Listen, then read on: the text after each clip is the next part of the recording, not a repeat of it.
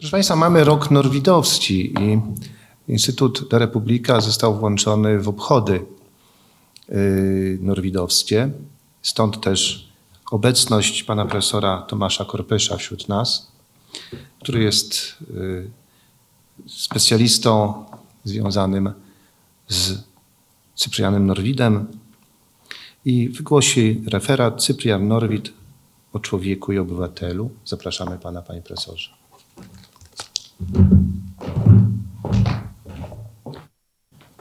Szanowni Państwo, na początek chciałem podziękować panu dyrektorowi za zaproszenie i właśnie za to, że Instytut Republika włączył się w obchody roku norwidowskiego. Roku niezwykłego, dlatego że dokładnie za tydzień będziemy obchodzić 200. rocznicę urodzin tego wybitnego twórcy, myśliciela i właściwie po referacie pana profesora mógłbym powiedzieć republikanina z krwi i kości. Mój referat jest nieco inny, chociaż te wątki też się tam pojawią. Organizatorzy prosili o 40-minutowe wystąpienie. Mam nadzieję, że Państwo je wytrzymają. Spróbuję też się nieco streszczać. Władysław Stróżewski w znanej pracy Istnienie i wartość pisze, że człowiek jest wartościowo. To wręcz aforystyczne sformułowanie można, jak się zdaje, rozumieć dwojako. Po pierwsze, ludzkie istnienie jest wartością samą w sobie, a więc taką, która jest bezwarunkowa i niejako zobowiązuje do poszanowania przez innych. Po drugie, człowieczeństwo to nieustanne konfrontowanie się z różnorakimi wartościami, ponieważ człowiek jest niejako zanurzony w wartościach i antywartościach. Niemożliwe jest życie w całkowitym oderwaniu od nich. Jak podkreśla Jadwiga Pozynina, świat, który jawi się człowiekowi, jest od pierwszych dni jego życia aż po ostatnie światem wartości. Wciąż ważne i potrzebne jest więc przypominanie o tych, dla których głęboka refleksja nad wartościami oraz ich praktyczna realizacja były szczególnie istotne i którzy dzięki temu mogą stać się swoistymi nauczycielami czy też przewodnikami w świecie wartości. Niewątpliwie należał do nich także Cyprian Norwid. W późnym wierszu do Bronisława Z., powstałym już w domu świętego Kazimierza, gdzie poeta spędził trudne ostatnie lata życia, Norwid napisał znane słowa. Z rzeczy świata tego zostaną tylko dwie. Dwie tylko. Poezja i dobroć. I więcej nic. Wprost wskazując na ważne, może nawet najważniejsze dla siebie wartości. Oczywiście lektura jego pism dowodzi, że w jego horyzoncie aksjologicznym szczególne miejsce zajmują nie tylko poezja, czy szerzej sztuka i dobro ogólnie rozumiane, lecz także takie między nimi wartości jak wiara, prawda, wolność, miłość, sztuka, piękno czy praca. Do tej na pewno jeszcze niepełnej listy niewątpliwie należy włączyć także człowieka i człowieczeństwo. Bycie człowiekiem poeta uważał za niepodważalną wartość. Wielokrotnie zresztą pisał o tym wprost. W jednym z wierszy na przykład wyznawał: kto inny ma laur i nadzieję, ja jeden zaszczyt, być człowiekiem. Z kolei w liście do Marii Trębickiej w następujący sposób tłumaczył swoje postępowanie. Chyba człowiekiem wstydziłbym się być, albo nie byłbym wart tego klejnotu. Warto przy tym już teraz podkreślić, że tak rozumiany zaszczyt, czy też klejnot bycia człowiekiem, według Norwida przynależał każdemu, niezależnie od rasy, wieku, płci, pochodzenia, stanu, statusu społecznego, religii czy wyznawanego systemu wartości. Twórczość Norwida wyraźnie skupiała się na, parafrazując tytuł jednego z wczesnych wierszy poety, rzeczy ludzkiej. Wprawdzie o większości artystów oczywiście można tak powiedzieć, że ich działalność w jakiś sposób dotyczy i dotyka człowieka, jednak przypadek autora Rzeczy wolności słowa wydaje się szczególny, choć rzecz jasna nie jest wyjątkowy, ponieważ to człowiek znajduje się w samym centrum zainteresowania Norwida. Uważna lektura jego spuścizny dowodzi, że nie historia czy historiozofia i teologia, nie kultura czy sztuka, nie kwestie polityczne, lecz właśnie człowiek stoi, jak napisał jeden z badaczy, w centrum jego twórczości, jest niezmiennie głównym aktorem norwidowej dramy. Oczywiście poetę zajmowały różnorodne zagadnienia, w tym wymienione wyżej, ale również wiele innych takich różnorodnych, jak m.in. historia Kościoła, historia sztuki, archeologia, językoznawstwo, inteligencja jako nowa klasa społeczna, rodzący się feminizm, ruch wydawniczy, prasa i dziennikarstwo czy nowe wynalazki techniczne. Pisał o lotach balonem i o farbowaniu sukien, ale zainteresowaniu temu dawał oczywiście wyraz zarówno w twórczości artystycznej, jak też w tekstach użytkowych czy korespondencji. Jednak, jak niemal aforystycznie zauważył Stefan Sawicki, drogą pisarstwa Norwida jest człowiek. Twórczość, zarówno literacka, jak i nieliteracka oraz korespondencja Norwida są wyraźnie antropocentryczne, skupione na człowieku, jego naturze, pochodzeniu, dziejach, zadaniach, celach, zaletach, wadach, a myśl antropologiczna poety jest punktem wyjścia, niekiedy także dojścia, do refleksji innych, stanowi istotny element jego myśli o Bogu i o szatanie, o prawdzie i fałszu, o wolności i niewoli, o pracy, cierpieniu i walce, o społeczeństwie, narodzie, historii i ojczyźnie.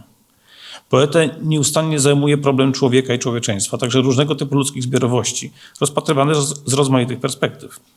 Teologicznych, historycznych, socjologicznych, a nawet ekonomicznych czy biologicznych.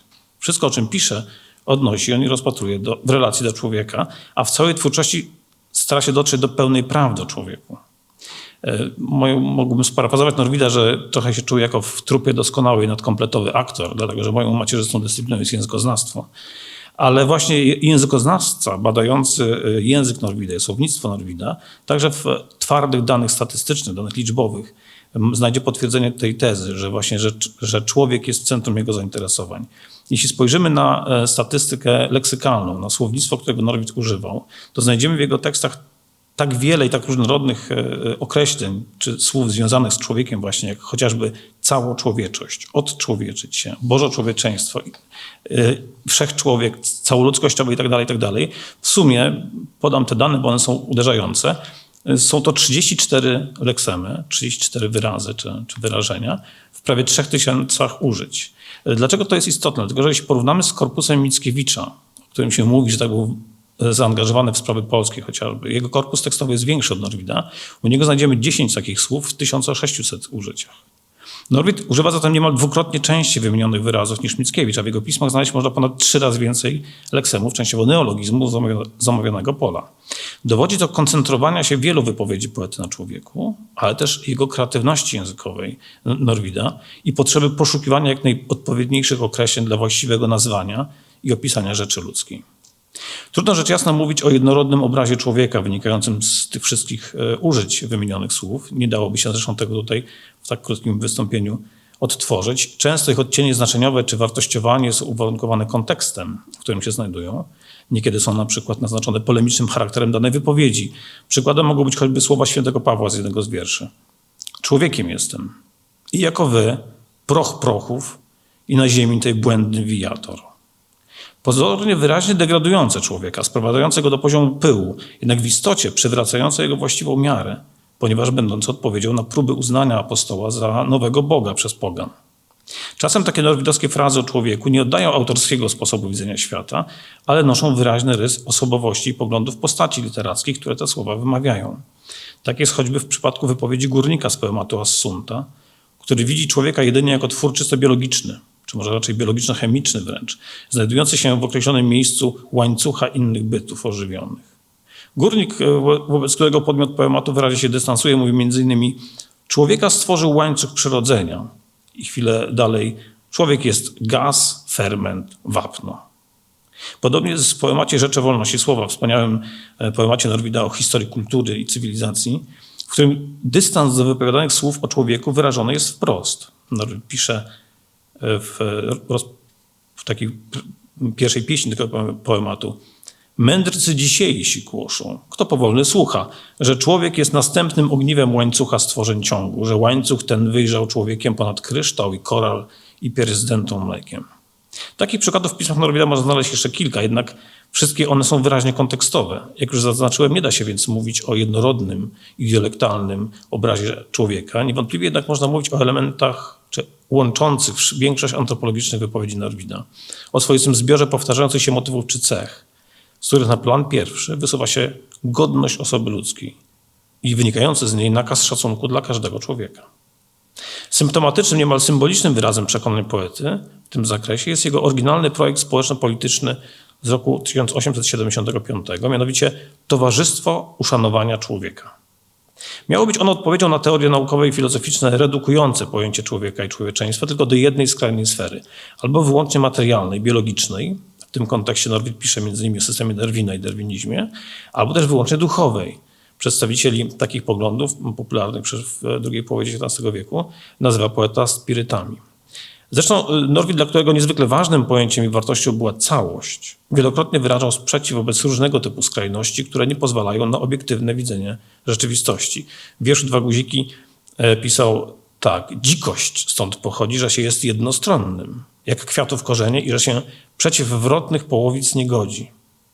Także w odniesieniu do refleksji antropologicznej takie niegodzenie przeciwwrotnych połowic, czy też opowiadanie się za jedną z nich doprowadzić mogą, zdaniem Norwida, do zatracenia prawdy o człowieku. ale też do tego, że ludzkość rozpadnie się na swego rodzaju kasty, czy też sekty. Norwid tu żonglował tymi słowami, pisząc, że kasta jest sekta, a sekta jest kasta.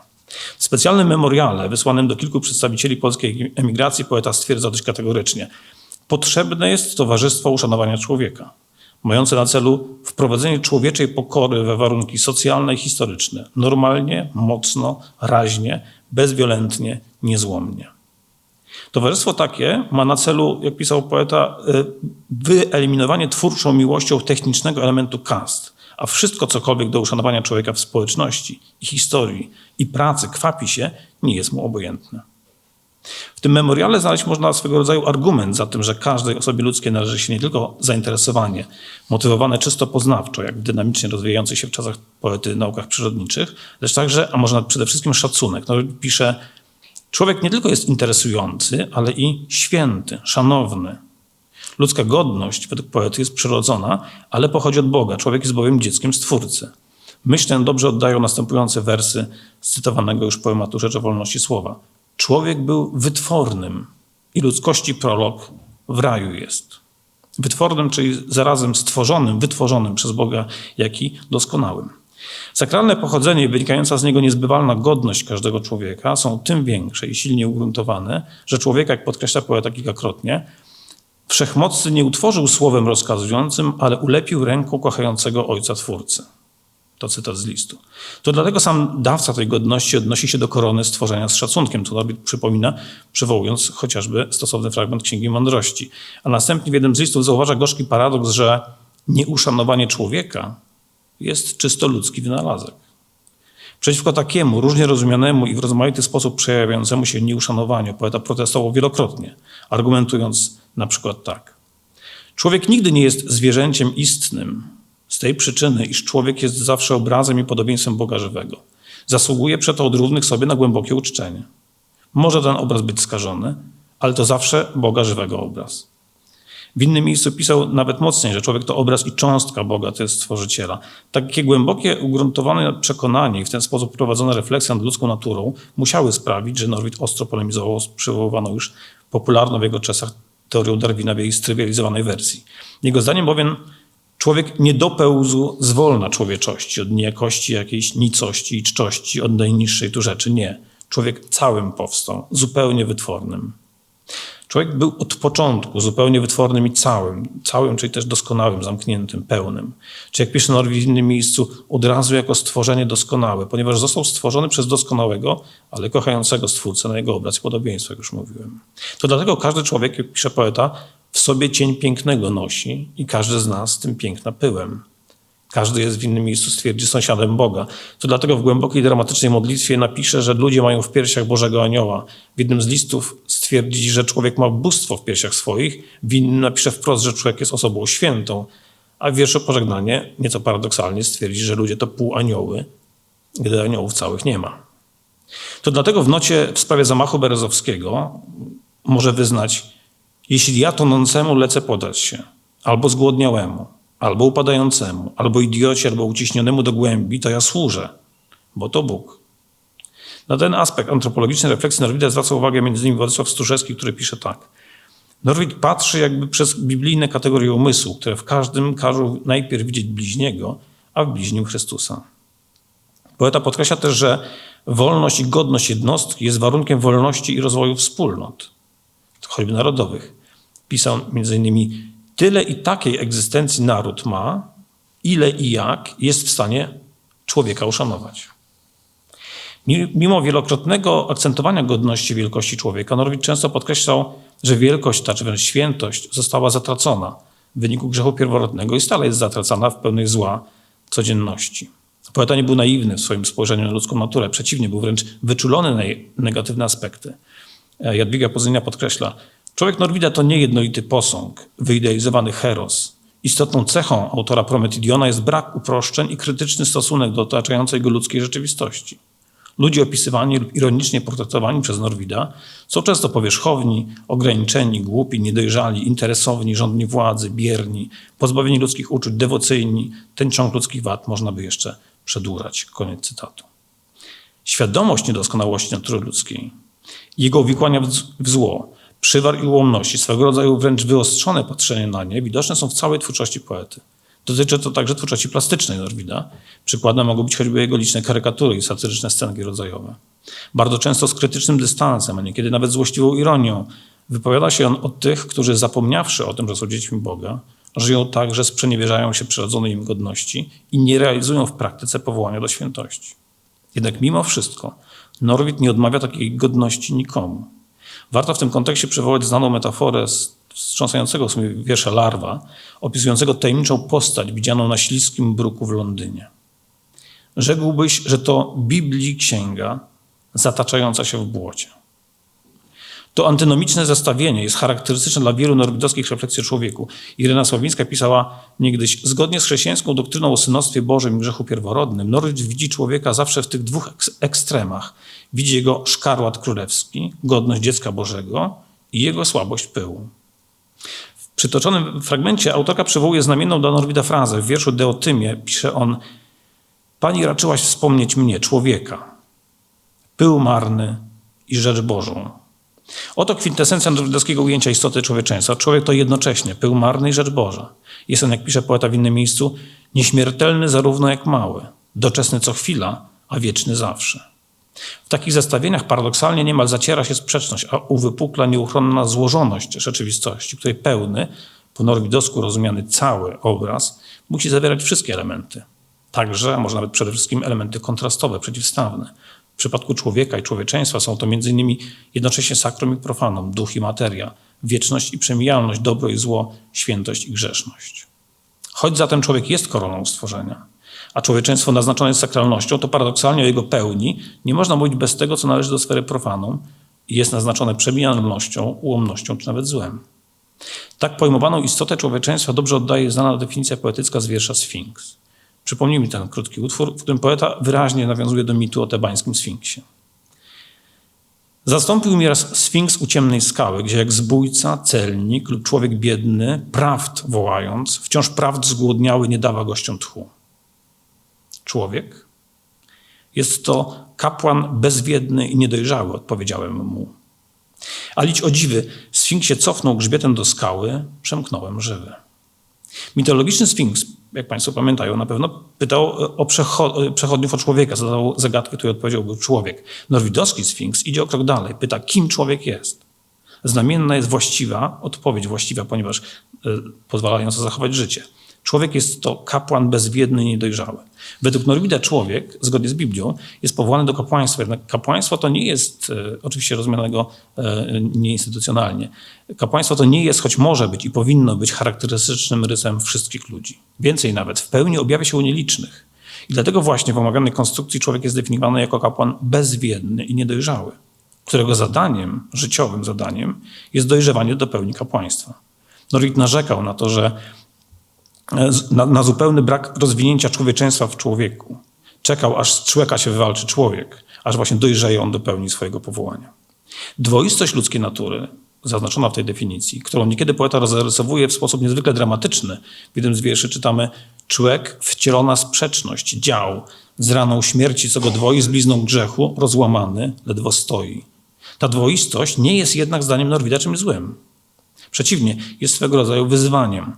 Człowieczeństwo jako takie jest bowiem nie tyle po prostu z jednej strony darem, z drugiej zaś niezmiennym stanem, ile raczej niełatwym do wypełnienia zadaniem. A człowiek musi niejako na nowo dopracować się przyrodzonej mu zatraconej świętości w procesie dziejowym. Dlatego też poeta stwierdza, że człowiek jest natury pielgrzymiej. Jest bowiem w nieustannej wędrówce, czy raczej właśnie pielgrzymce. W norwidowskiej antropologii człowiek, który jak pisze w Rzeczy o Wolności słowa, cały był i piękny, i upadł, musi podjąć wędrówkę i związaną z nią pracę, która coś w nim trawi, kształtuje i coś mu powraca. Podejmowany przez człowieka trud nie jest przy tym, a przynajmniej nie powinien być traktowany jako swego rodzaju kara, jeśli ma się w pamięci ostateczny kres pielgrzymki.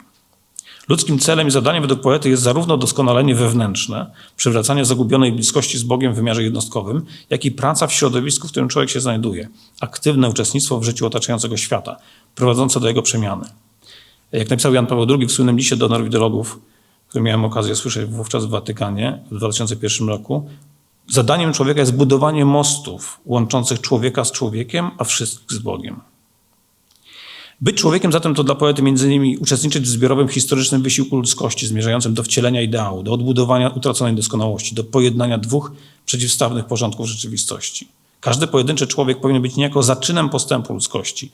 Jak Norwid pisał też, ziarnem chrześcijańskiej ery, która także jako całość, ta ludzkość jako całość winna się przemieniać i dążyć do stanu doskonałości. Rozwój zarówno jednostek, jak i zbiorowości ma być przy tym stopniowym wyzwalaniem się z tego, co czasowe, ku temu, co wieczne. W wierszu do mego brata Ludwika poeta pisze: popatrzmy w niebo, tam górnymi bądźmy, a ręce w zwyczaj ujarzmiwszy, prządźmy. Podkreślając tym samym konieczność pracy tu i teraz, ale i stałej pamięci o tam. W przywołanych teraz słowach widoczna jest jeszcze jedna bardzo ważna cecha norwidowskiej wizji człowieka. Dowartościowanie doczesności i materialności, teraźniejszości. Poeta inaczej niż część romantyków, a przede wszystkim inaczej niż przedstawiciele różnych XIX-wiecznych szkół spirytualistycznych, nie traktował materii, w tym ludzkiego ciała, jako przeszkody do doskonałości, jako obciążenia, jako koniecznego zła. Przeciwnie, uważał, że ludzka cielesność i wszelka materialność jest niepodważalną wartością. Najważniejszym argumentem na rzecz takiego widzenia świata był przed tym dla Norwida fakt wcielenia, przez który życie codzienne zostało uświęcone. Skoro Bóg chciał stać się i stał się człowiekiem, skoro objawił się w konkretnym ciele ze wszystkimi jego fizycznymi ułomnościami, to przemijalna doczesność również jest wartościowa. Jest ona bowiem stworzona przez Boga i dana człowiekowi, by w niej żył i działał. Ludzie są swego rodzaju pośrednikami między Bogiem a światem materialnym, ponieważ, jak pisał poeta, przedwieczny w człowieku przez siebie działa, ale w historii przez człowieczość. Poeta wielokrotnie podkreślał w związku z tym konieczność aktywnego i twórczego włączania się w otaczającą rzeczywistość, a całkowite negowanie materialnego wymiaru człowieka i w ogóle rzeczywistości ziemskiej uważał za coś niebezpiecznego. W jednym z listów, uciekając się do pewnego paradoksu, pisze: pogardzić wszystkim oprócz Boga jest to zarazem w pewnym względzie i jego samego mieć w pogardzie. Zdaniem Norwida nawiązanie kontaktu ze Stwórcą dokonuje się przy tym poprzez kontakt z jego stworzeniem, zwłaszcza z koroną stworzenia.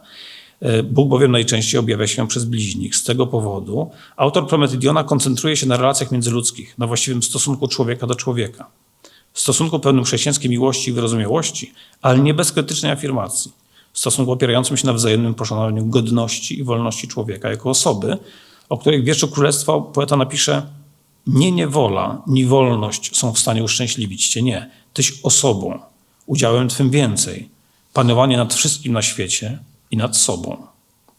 Jak widać z powyższych uwag, w przypadku Norwida można mówić o dość konsekwentnie rozwijanej chrześcijańskiej, personalistycznej antropologii, która widzi w człowieku niepodważalną, niezależną od żadnych czynników zewnętrznych wartość autoteliczną. Jednak człowieczeństwo to nie tylko obiektywna wartość, to także swoiste zadanie. Człowiek, aby w pełni zrealizować swoje powołanie, musi być autentyczny, twórczy, a przy tym oryginalny. Musi stale urzeczywistniać myśl, że, jak pisze poeta, na to przychodzi na planetę, ażeby dało świadectwo prawdzie.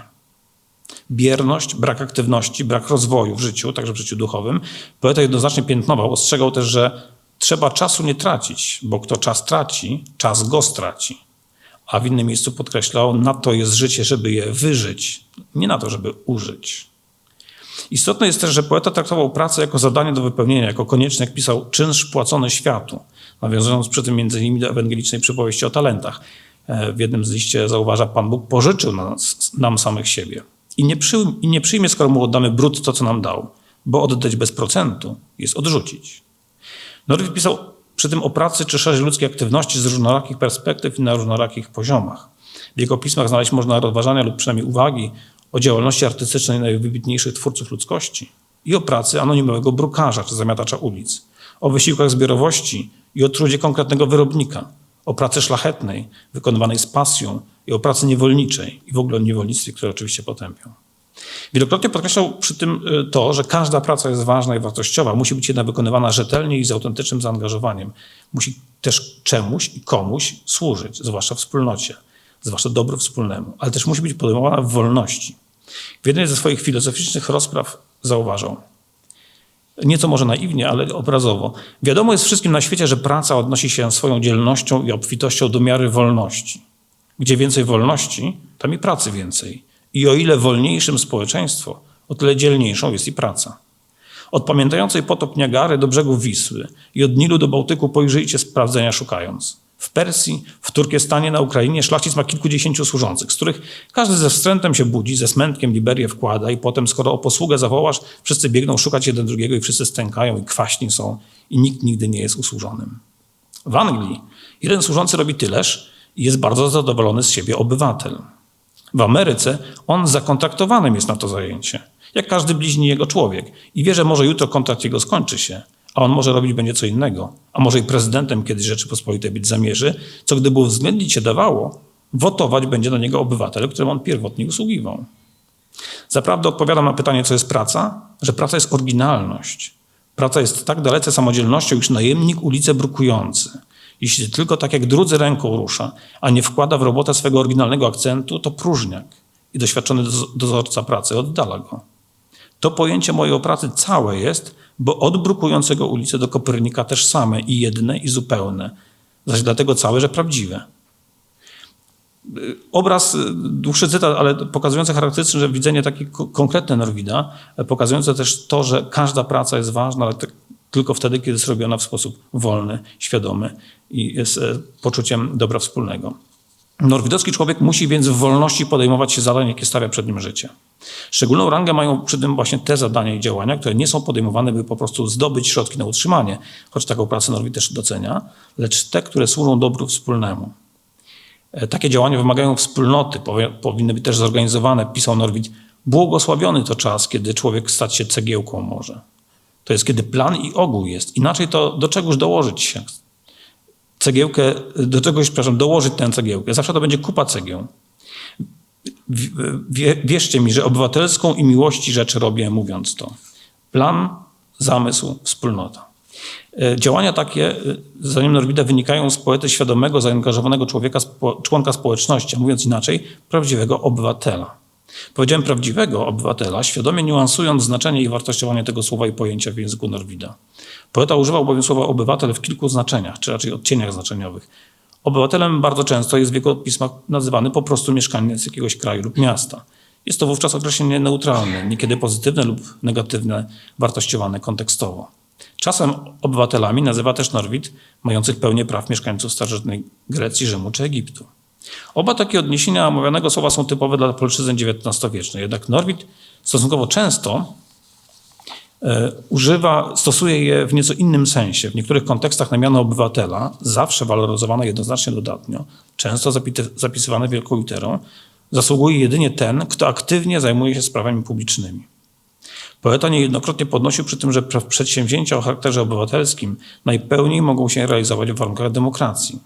To dlatego tak ważne były dla niego w tym względzie Stany Zjednoczone z ich urzeczywistnioną ideą nowoczesnej demokracji i równości oraz Anglia z długą tradycją demokracji, praworządności, wolności obywatelskich i parlamentaryzmu, który dla Norwida był niezwykłą wartością. Ale też swoistym etosem odpowiedzialności i pracy na rzecz dobra wspólnego, na rzecz korony. Zofia Trojanowiczowa zwraca uwagę to, że w okresie poamerykańskim, jak Państwo być może wiedzą, Norwid 2 lata spędził w Stanach Zjednoczonych, w pismach Norwida uderzająco nasila się frazeologia obywatelska, której towarzyszy obfitość uwag i refleksji na temat społecznych obowiązków i uprawnień.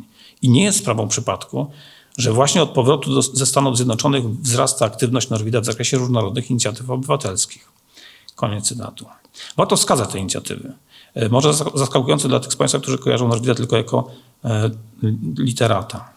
Już wcześniej, już w latach 1850-51 Norwid tworzy projekt powołania na terenach Polski legalnych, jawnych i apolitycznych towarzystw przyjaciół pracy, które miałyby m.in. organizować konkursy na różnorakie przedsięwzięcia związane właśnie z pracą, jej ułatwieniem, udostępnianiem, docenianiem, a więc na przykład na elementarze dla chłopów, na poradniki dotyczące metod uprawiania ziemi, ale też na sposoby wypalania cegieł, krycia dachów i tym podobne. Uderza praktycyzm tych postulatów, ich ukierunkowania na dobro wspólne, a zarazem oderwania od kwestii politycznych czy narodowych. W latach późniejszych, właśnie po powrocie z Ameryki, Norwid sformułował kilka jeszcze innych projektów, które zawsze wysyłał do możnych tego świata. Na przykład Towarzystwo Wstrzemięźliwości w obliczu kar cielesnych. Chodziło o ograniczenie kar chłosty i w ogóle przemocy wobec chłopów. Norwid pisał bardzo mocno, każdy już chrześcijański obywatel, który podnosi bat na obywatela i kobietom grozi chłostą, jest albo nieprzytomny, albo nikczemny, albo Tatar, choćby od Piasta pochodził. W 1863 roku, wkrótce po wybuchu powstania styczniowego, Norwid postuluje, by zorganizować wspólny szpital dla rannych Polaków i Rosjan. aby łącznie razem ich leczyć. Niejako wyprzedzając tym powstanie Czerwonego Krzyża, który, przypomnę, powstał dopiero w 1864 roku.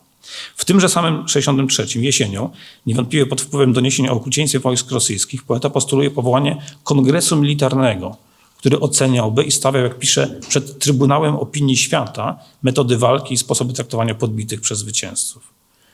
Kilka lat później proponuje powołanie Towarzystwa Syberyjskiego, które miałoby gromadzić dokumenty i wspomnienia polskich zesłańców, już wtedy, już w 1966 roku.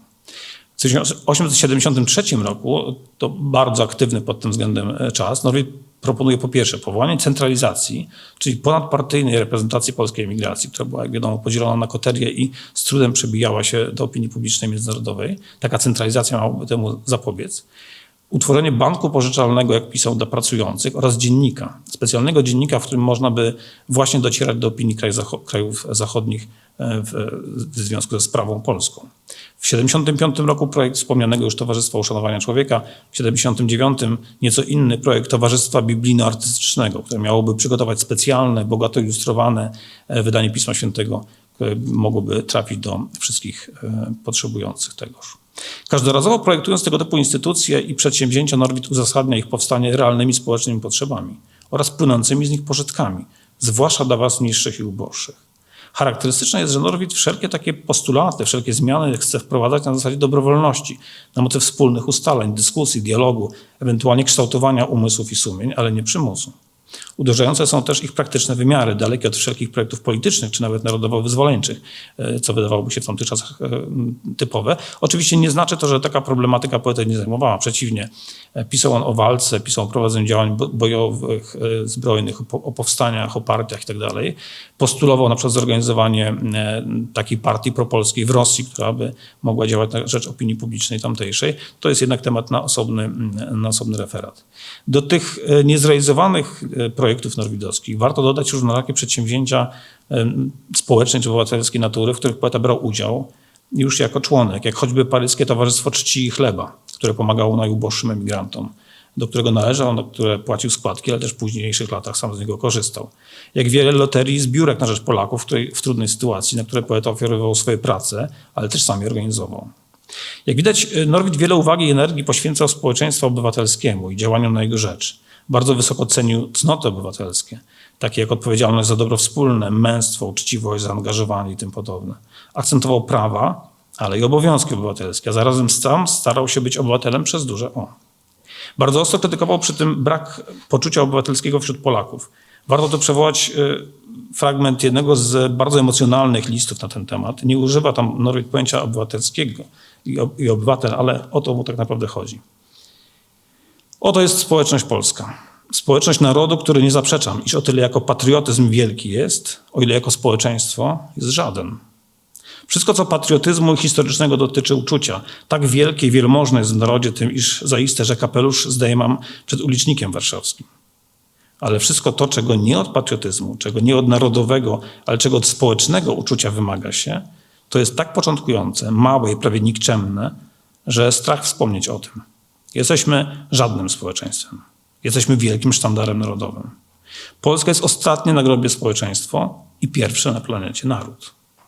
Kto zaś jedną nogę ma długą jak oś globowa, a drugiej nogi wcale nie ma, ten o jakże ułomny kaleka jest. Gdyby ojczyzna nasza była tak dzielnym społeczeństwem we wszystkich człowieka obowiązkach, jak znakomitym jest narodem we wszystkich Polaka poczuciach, wtedy bylibyśmy na nogach dwóch, osoby całe i poważne, monumentalnie znamienite. Ale tak jak dziś jest, to Polak jest olbrzym, a człowiek w Polaku jest karzeł. I jesteśmy karykatury i jesteśmy tragiczna nicość i śmiech olbrzymi. Słońce nad Polakiem stawa, ale zasłania swe oczy nad człowiekiem. Mocna diagnoza, ale zważywszy właśnie na taką diagnozę wobec własnej współczesności, nie dziwi, że poeta pisał o sobie tak. Dzisiejszej Polski obywatelem nie jestem, tylko trochę przeszłej i dużo późniejszej. Biorąc pod uwagę te wszystkie rozważania, trudno nie przyznać racji Zygmuntowi Falkowskiemu, który jeszcze w latach 20. nazwał kiedyś Norwida dozgonnym piewcą godności człowieka. Nie sposób się też nie zgodzić ze słowami Jana Pawła II, który w cytowanym już liście stwierdził, że z twórczości Norwida emanuje światło pozwalające wejść głębiej w prawdę naszego bycia człowiekiem chrześcijaninem, Europejczykiem i Polakiem.